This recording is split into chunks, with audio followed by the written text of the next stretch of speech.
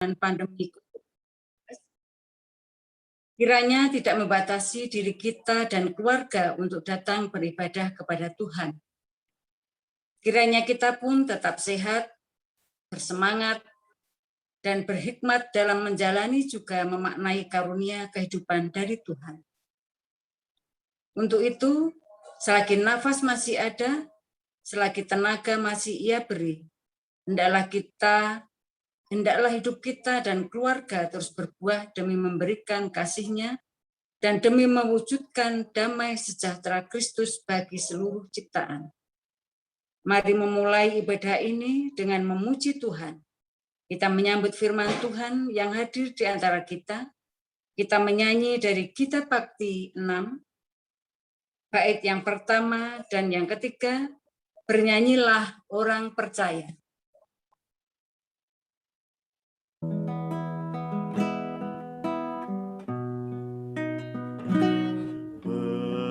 Bernyanyilah orang percaya, bergemar dan gembira terus, terang Kristus tetap bercahaya di dalam berita kudus. Siarkanlah terang pengampunan yang terbit atas bumi gelap, sejahtera dan pembaruan akhirnya terjamin tetap. Bapak, Ibu, Saudara yang dikasihi Tuhan, mari kita berdoa. Bapa di surga, Bapa yang kekal kudus, kami bersyukur dan berterima kasih karena Engkau selalu setia memelihara hidup kami. Saat ini kami mau tinggalkan sejenak aktivitas kegiatan kami untuk datang kepadamu melalui ibadah keluarga ini ya Tuhan. Oleh karena itu, layakkanlah kami untuk beribadah kepadamu, memuji dan memuliakan nama-Mu dari saat ini sampai selama-lamanya. Dari awal pertengahan hingga akhir ibadah ini, kiranya jadi di dalam nama Bapa, Anak, dan Roh Kudus. Amin. Bapak, Ibu, Saudara yang dikasihi Tuhan, kita akan membaca Mazmur, itu dari Mazmur 25, ayat pertama sampai yang ke-10, kita baca secara bersilih ganti. Mazmur 25 ayat pertama sampai yang ke-10 yang menyatakan, kepadamu, ya Tuhan, kuangkat jiwaku. Allahku, kepadamu aku percaya. Janganlah kiranya aku mendapat malu, janganlah musuh-musuhku beria-ria atas aku. Ya, semua orang menantikan engkau takkan mendapat malu. Yang mendapat malu ialah mereka yang berbuat khianat dengan tidak ada alasannya. Beritahukanlah jalan-jalanmu kepadaku ya Tuhan. Tunjukkanlah itu kepadaku. Bawalah aku berjalan dalam kebenaran-Mu dan ajarlah aku. Sebab Engkaulah Allah yang menyelamatkan aku, Engkau ku nanti-nantikan sepanjang hari. Ingatlah segala rahmat-Mu dan kasih setia-Mu ya Tuhan. Sebab semuanya itu sudah ada sejak purbakala. Dosa-dosaku pada waktu muda dan pelanggaran-pelanggaranku janganlah kau ingat. ingatlah kepadaku sesuai dengan kasih setia-Mu. Oleh karena kebaikan-Mu ya Tuhan. Tuhan itu baik dan benar. Sebab itu ia menunjukkan jalan kepada orang yang sesat. Ia membimbing orang-orang yang rendah hati menurut hukum. Dan ia mengajarkan jalannya kepada orang-orang yang rendah hati. Jalan Tuhan adalah kasih setia dan kebenaran. Bagi orang yang berpegang pada perjanjiannya dan peringatan-peringatannya. Saudara yang dikasihi Tuhan, sebelum kita mendengarkan firman pada malam hari ini, kita akan menaikkan pujian dari Gita Bakti 28. Dengarlah ya Tuhan.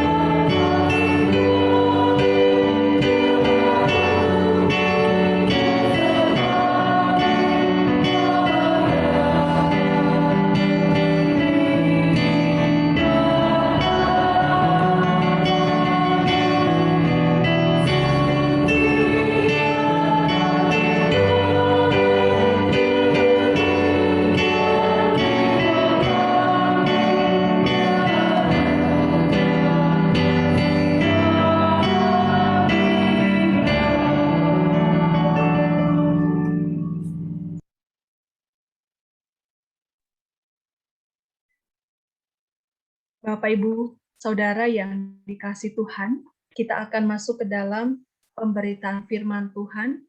Silakan membuka kitab Mika pasal 7 ayat 14 sampai 20.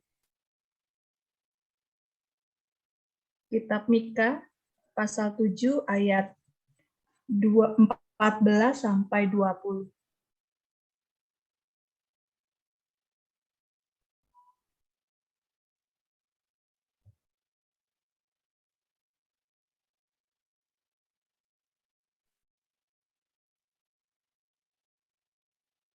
Jika sudah menemukannya, biarkanlah Alkitab kita tetap terbuka. Sebelumnya, mari kita berdoa, kita mohon bimbingan Roh Kudus. Kita berdoa.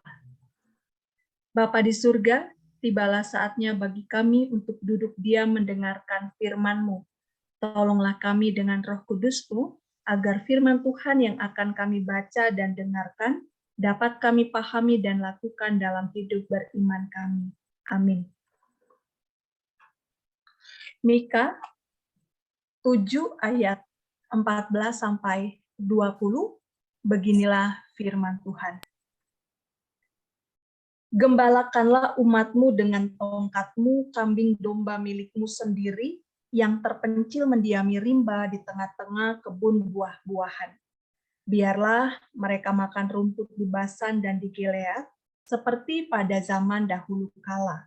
Seperti pada waktu engkau keluar dari Mesir, memperlihatkanlah kepada kami keajaiban-keajaiban. Biarlah bangsa-bangsa melihatnya dan merasa malu atas segala keperkasaan mereka. Biarlah mereka menutup mulutnya dengan tangan dan telinganya menjadi tuli. Biarlah mereka menjilat debu seperti ular, seperti binatang menjalar di bumi. Biarlah mereka keluar dengan gemetar dari kubunya dan datang kepada Tuhan Allah kami dengan gentar, dengan takut kepadamu. Siapakah Allah seperti Engkau yang mengampuni dosa dan yang memaafkan pelanggaran dari sisa-sisa miliknya sendiri, yang tidak bertahan dalam murkanya untuk seterusnya, melainkan berkenan kepada kasih setia?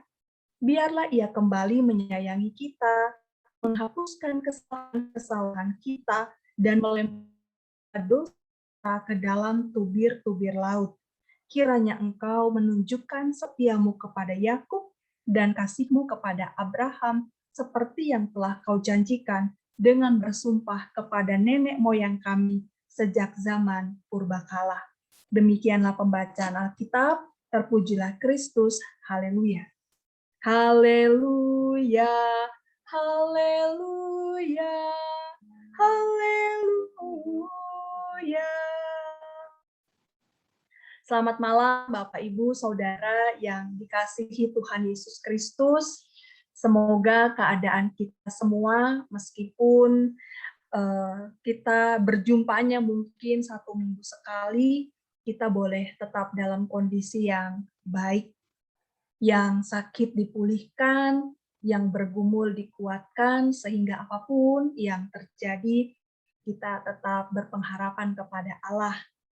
Bapak, Ibu, Saudara, dan anak-anak yang dikasihi Tuhan, firman Tuhan pada malam hari ini terambil dari kitab Mika pasalnya yang ke-7, ayat 14 sampai 20. Kalau Bapak, Ibu, Saudara membaca bacaan Mika tadi pagi atau bacaan Alkitab tadi pagi atau SBU pada tadi pagi, tentu kita dapat melihat bagaimana kehidupan bangsa Israel pada saat itu, di mana bangsa Israel pada saat itu hidup dalam kemerosotan akhlak. Ketidakpedulian terhadap sesama terjadi dalam kehidupan umat. Lalu kemudian mereka lebih membela kepada ketidakbenaran. Lalu kemudian mereka melakukan ketidakadilan. Mereka berlaku tidak adil, mereka bersikap arogan, seolah-olah sikap mereka yang paling benar dan paling baik. Kalau orang-orang sudah demikian adanya, tentu nilai-nilai empati dalam dirinya bisa jadi sudah luntur. Dan kalau nilai-nilai empati, nilai-nilai kepedulian, nilai-nilai kepekaan bagi sesama itu mulai luntur dari dalam diri seseorang, sudah pasti terjadi yang namanya kemerosotan moral. Ketika nilai kebenaran bergeser oleh karena kepentingan pribadi, karena kepentingan kelompok, demi keuntungan, demi popularitas pribadi, maka kemerosotan moral menjadi semakin berkembang. Tidak saja bicara tentang kemerosotan moral yang terjadi dalam kehidupan umat, tetapi di kalangan keluarga dikatakan cinta kasih juga mulai memudar. Cinta kasih mulai luntur, mulai memudar, bahkan dikatakan yang menjadi musuh itu bukan lagi orang lain, tetapi orang-orang di dalam rumah sendiri. Bapak, Ibu, Saudara, dan anak-anak yang dikasihi Tuhan, kalau hidup umat sedemikian adanya, maka dapat dipastikan tidak akan ada lagi kekuatan apapun yang bisa mengubah keburukan itu untuk membuat manusia menjadi bertobat. Tidak saja umat, dikatakan atau dicatat bahkan tokoh-tokoh agama pun tidak lagi cinta pada firman Tuhan. Sehingga firman Tuhan tidak lagi menjadi pelita di dalam menerangi langkah-langkah kehidupan mereka. Inilah situasi kondisi yang tergambar secara jelas kalau kita membaca kitab Mika pada bacaan SBU tadi pagi. Bapak, Ibu, Saudara, dan anak-anak yang dikasihi Tuhan melihat, menyimak, dan menyaksikan kejadian-kejadian yang seperti ini. Di akhir daripada tulisannya, Nabi Mika menyerahkan pemeliharaan manusia itu sepenuhnya kepada Tuhan Allah. Mika mengakhiri tulisannya dengan sebuah doa kepada Allah agar Allah sudi menggembalakan umatnya dengan tongkatnya. Dalam teks kita di ayat ke-14 dikatakan, gembalakanlah umatmu dengan tongkatmu. Saudaraku, tongkat, Bapak, Ibu, Saudara tentu kenal dengan tongkat. Tongkat adalah batang kayu yang kuat, yang dipakai, yang dibawa oleh para gembala.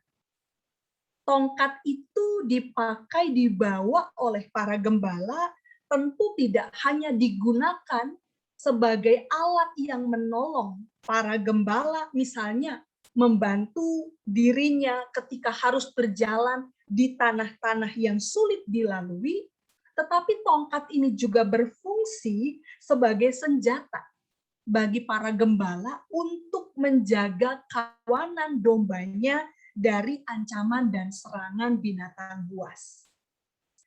Kata tongkat di sini juga dapat dihubungkan dengan sikap keras, di mana kawanan kambing domba kadang-kadang perlu dipukul dengan tongkat supaya apa? Supaya tidak lari dari kelompoknya, supaya tidak lari dari arah tujuannya. Misalnya akan digiring ke kandang maka tidak melenceng, atau akan dibawa ke rumput hijau, dia tidak lari atau tidak melenceng. Karena itu ketika Mika katakan gembalakanlah umatmu dengan tongkatmu, yang pertama-tama tongkat ini menolong gembala di dalam menjalankan tugasnya. Tetapi kemudian kalau kita baca lebih lanjut, ternyata perkataan menggunakan tongkatmu ini juga paralel dengan keajaiban-keajaiban yang dicatat di ayat ke-15. Jadi penggunaan kata tongkat ini mempunyai makna yang paralel dengan apa yang tercatat dalam ayatnya yang ke-15, yaitu bicara tentang mujizat yang dilakukan oleh Allah ketika ia menjatuhkan tulah dan melenyapkan Firaun dan tentaranya. Dari permohonan ini, Nabi Mika berharap kepada Tuhan. Jadi ketika dicatat di ayat 14, gembalakanlah umatmu dengan tongkatmu, ada harapan yang dinaikkan oleh Nabi Mika dalam doanya. Yang pertama, supaya Tuhan mengingatkan kepada pelaku ketidakbenaran. Lalu Tuhan membawa kambing domba miliknya itu yang terpencil mendiami rimba itu, mereka dapat makan rumput di Basan dan di Gilead seperti pada zaman dahulu kala. Bapak, Ibu, Saudara, dan anak-anak, Basan dan Gilead ini ada di sebelah selatan Bukit Hermon.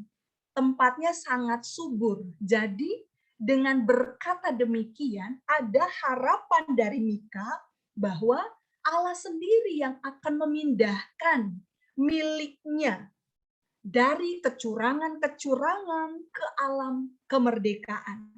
Dari tempat yang tidak subur ke tempat yang subur.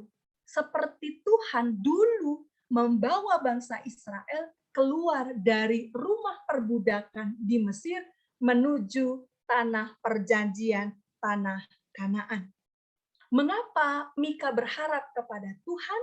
Karena hanya Tuhan yang mampu membawa perubahan dalam kehidupan umatnya. Yang kedua, harapan Mika supaya Tuhan bertindak untuk memulihkan umat pilihannya. Supaya Tuhan bertindak untuk mengalahkan segala musuh-musuh umatnya. Sehingga permohonan Mika ini tidak hanya bicara untuk kepentingan bangsa Israel saja, tetapi juga bagi bangsa-bangsa lain.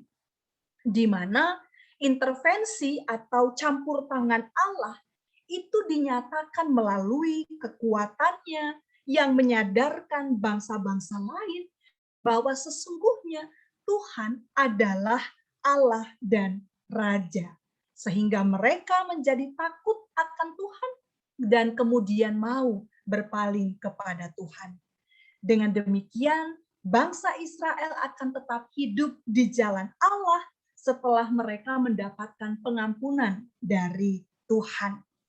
Bapak, Ibu, Saudara, dan anak-anak, kenapa Nabi Mika berani berharap pada pertolongan Allah?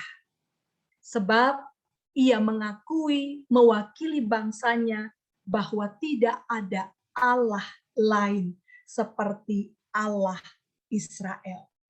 Allah yang seperti apa? Allah yang anugerahnya besar. Allah yang sudi mengampuni dosa-dosa dan pelanggaran umatnya. Allah yang tidak mendendam. Allah yang tidak memendam amarah. Bahkan Dia adalah Allah yang selalu rindu menyatakan kasih dan kemurahannya.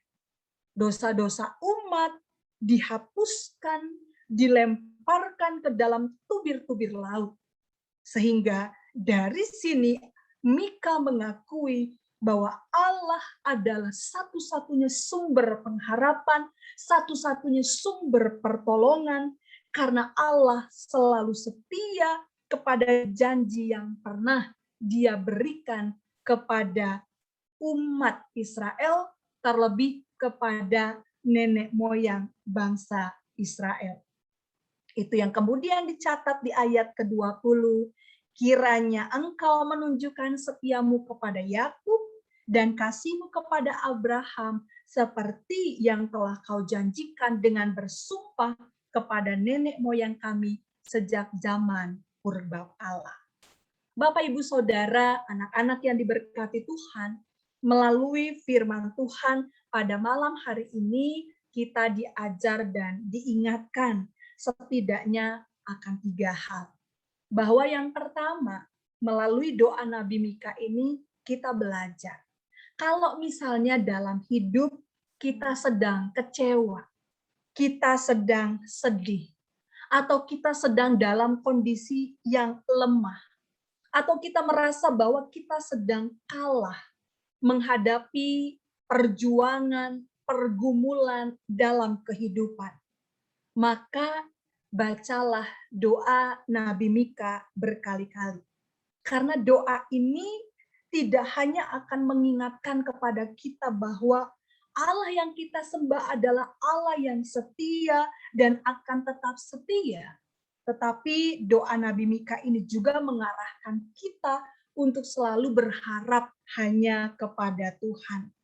Ingat Bapak Ibu Saudara bahwa Dia yang pernah berkarya, Dia yang pernah bertindak menolong umatnya pada masa lampau, maka Dia yang sama yang juga akan menolong dan melakukan hal-hal yang menakjubkan dalam kehidupan kita. Yang kedua, kita mau belajar bahwa sebagai domba kepunyaannya, tentu kita adalah makhluk yang lemah. Sebagaimana yang kita tahu bahwa domba atau binatang atau hewan domba itu kan makhluk yang lemah. Hewan yang lemah. Hewan yang tidak punya kekuatan. Beda dengan yang lain, contohnya kambing. Kalau kambing masih diperlengkapi dengan tanduk untuk mempertahankan diri. Nah, ketika kita menganalogikan diri kita, hidup kita adalah domba milik kepunyaan Allah, maka kita mau melihat di tengah kelemahan kita, kita ini sedang hidup di tengah-tengah dunia yang seringkali tidak ramah terhadap kita. Karena itu hanya kepada Allah saja kita memohonkan kekuatan. Dia telah menebus dosa kita dengan harga yang sangat mahal, memberikan kasih karunia, ganti murkanya. Dia tidak ingat-ingat dosa kita di masa lalu. Karena itu dengan kita menyerahkan diri pada pimpinan Tuhan, di sanalah terletak kekuatan kita. Dan bisa jadi orang lain akan melihat segala sesuatu yang berbeda, sehingga mereka juga menjadi takluk dan mampu melihat kemuliaan Allah lewat kehidupan kita. Yang terakhir, kita mau belajar bahwa dalam hidup persekutuan, sebagai jemaat ATK, Tuhan hadirkan para pelayan. Pelayan sekaligus pemimpin. Karena itu di tengah pelayanan, karakteristik gembala sangat diperlukan dalam persekutuan pelayanan dan kesaksian kita. Karena itu kualitas pelayanan yang baik tentu dibutuhkan. Karena itu kita diajak untuk berkaca dari Yesus, Sang Gembala yang agung. Ketika setiap kita dipanggil, dipakai oleh Allah untuk melayani jemaatnya di tempat ini, kiranya kita mau belajar dari Yesus, agar mereka yang sedang kebingungan iman mendapatkan bimbingan dan penguatan. Mereka yang tersesat dicari dan diselamatkan. Mereka yang lemah dipulihkan, dan disegarkan. Tentu tidak mudah memiliki jiwa gembala. Hanya bisa kita peroleh kalau kita terus senantiasa hidup di dalam takut akan Tuhan, merendahkan diri di hadapan Tuhan, serta membuka diri kita seutuhnya supaya Roh Kudus selalu membentuk diri kita agar sungguh pelayanan kita kepada Allah dan kepada jemaatnya benar-benar dapat menjadi berkat bagi jemaat yang kita layani. Selamat merenungkan firman Tuhan pada malam hari ini. Terpujilah Tuhan kita Yesus Kristus. Amin. Kita bersaat teduh sejenak.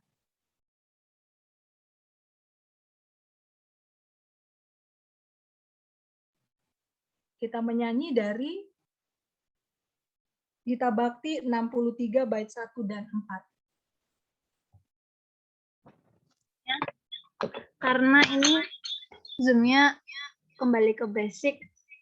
Jadi nanti mungkin kalau tiba-tiba keluar nanti silahkan join kembali. Join link-nya kembali. Begitu, terima kasih. Oh ya, Bapak Ibu, ini ada remaining time. Waktu kita sisa 6 menit lagi. Jadi minta maaf kalau misalnya nanti tiba-tiba mati begitu ya, tolong Bapak Ibu join lagi ke link Zoom yang ada.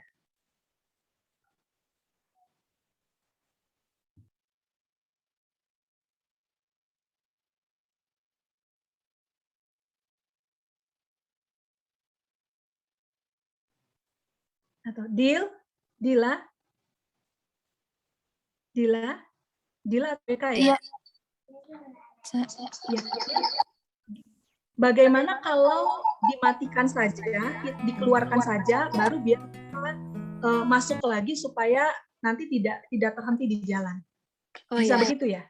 Ya, Bapak Ibu, silakan kita keluar dulu dari link ini, nanti masuk lagi sesuai dengan arahan dari Dila tadi. Ya, terima kasih.